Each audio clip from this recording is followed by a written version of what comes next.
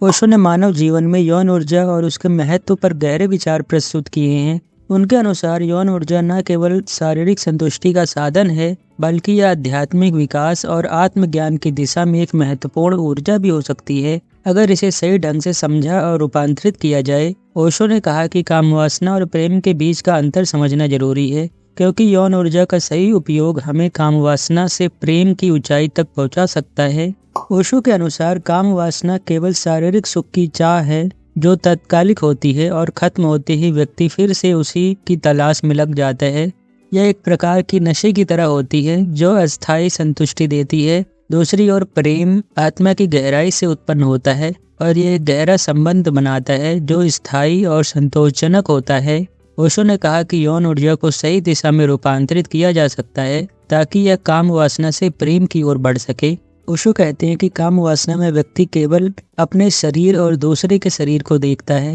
यह एक शारीरिक आकर्षण होता है जो अस्थायी है, लेकिन जब व्यक्ति काम वासना से ऊपर उठकर प्रेम में प्रवेश करता है, तो वह दूसरे व्यक्ति की आत्मा से जुड़ने लगता है। यह संबंध शाश्वत होता है, जो दोनों व्यक्तियों को गहरे आनंद और संतोष की अनुभूति कराता है। ओशो कहते हैं कि यौन ऊर्जा जीवन की सबसे शक्तिशाली ऊर्जा है। यह वही ऊर्जा है जिसने हमें जीवन दिया है, और अगर इसे सही दिशा दी जाए तो यह आत्मिक उन्नति का माध्यम बन सकती है। उन्होंने कहा कि हम में से अधिकांश लोग इस ऊर्जा को केवल भौतिक रूप में समझते हैं और उसका दुरुपयोग करते हैं, लेकिन जब हम इस ऊर्जा को रूपांतरित करते हैं तो यह प्रेम, ध्यान और आत्मज्ञान का साधन बन सकती है। ओशो ने कहा, जैसे बिजली का उपयोग विभिन्न कार्य के लिए किया जाता है, वैसे ही यौन ऊर्जा का भी विभिन्न स्तरों पर उपयोग किया जा सकता है। अगर इसे केवल भौतिक रूप में देखा जाए तो यह केवल शारीरिक सुख की ओर ले जाएगी, लेकिन अगर इसे रूपांतरित किया जाए तो यह आत्मिक विकास की ओर ले जा सकती है।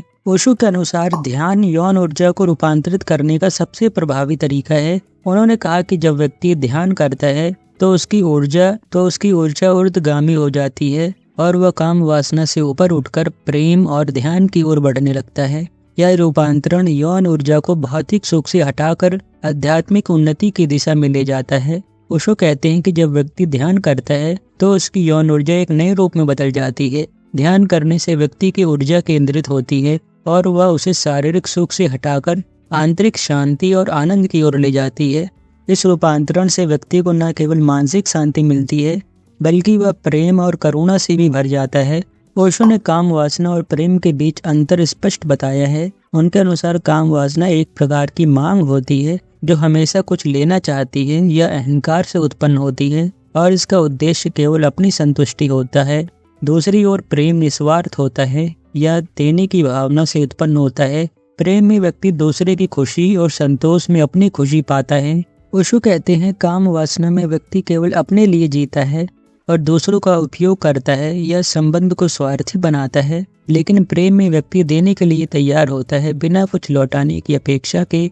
प्रेम में व्यक्ति अपने अहंकार से परे जाकर दूसरे की आत्मा से जुड़ता है और यह संबंध गहरे संतोष और आनंद का स्रोत बनता है। ओशो कहते हैं कि काम वासना से प्रेम की ओर यात्रा का पहला कदम जागरूकता है। जब व्यक्ति अपनी यौन ऊर्जा के प्रति जागरूक हो जाता है तो वह इसे सही दिशा में रूपांतरित कर सकता है। यह जागरूकता हमें इस बात की समझ देती है कि यौन ऊर्जा को केवल शारीरिक सुख के लिए नहीं, बल्कि आध्यात्मिक उन्नति के लिए भी इस्तेमाल किया जा सकता है। ओशो ने कहा कि जब व्यक्ति अपनी काम वासना के प्रति जागरूक हो जाता है, तब वह इसे नियंत्रित कर सकता है और इसे प्रेम और ध्यान की दिशा में ले जा सकता है।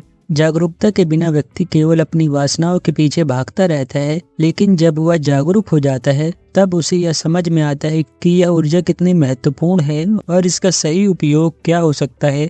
ओशो कहते हैं कि यौन ऊर्जा का अंतिम रूपांतरण समाधि की ओर ले जाता है। जब व्यक्ति अपनी यौन ऊर्जा को पूरी तरह से रूपांतरित कर लेता है, तब वह आत्मज्ञान की ओर बढ़ने लगता है।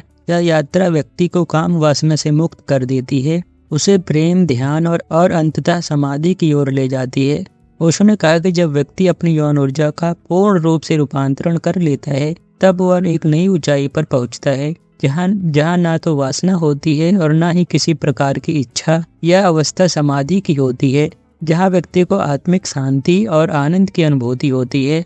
ओशो के अनुसार काम वासना से प्रेम की यात्रा हमारे जीवन का एक महत्वपूर्ण पहलू है। यौन ऊर्जा को समझना और उसका सही उपयोग करना आत्मिक विकास की दिशा में पहला कदम है। ओशो ने इस ऊर्जा को केवल शारीरिक सुख के रूप में न देखकर इसे एक शक्तिशाली साधन के रूप में देखा है, जो हमें प्रेम, ध्यान और आत्मज्ञान की ओर ले जाता है। जागरूकता, ध्यान और सही समझ के साथ हम काम वासना से मुक्त होकर प्रेम की ऊंचाई तक पहुंच सकते हैं और अपने जीवन को अधिक अर्थपूर्ण और आनंदमय बना सकते हैं। तो ओशो ने अपने डिस्कोर्स संभोग से समाधि की ओर ने इस पर विस्तृत चर्चा की है। अगर आप ओशो का डिस्कोर्स सुनना चाहते हैं तो आप ओशो वर्ल्ड वेबसाइट पर विजिट कर सकते हैं। धन्यवाद।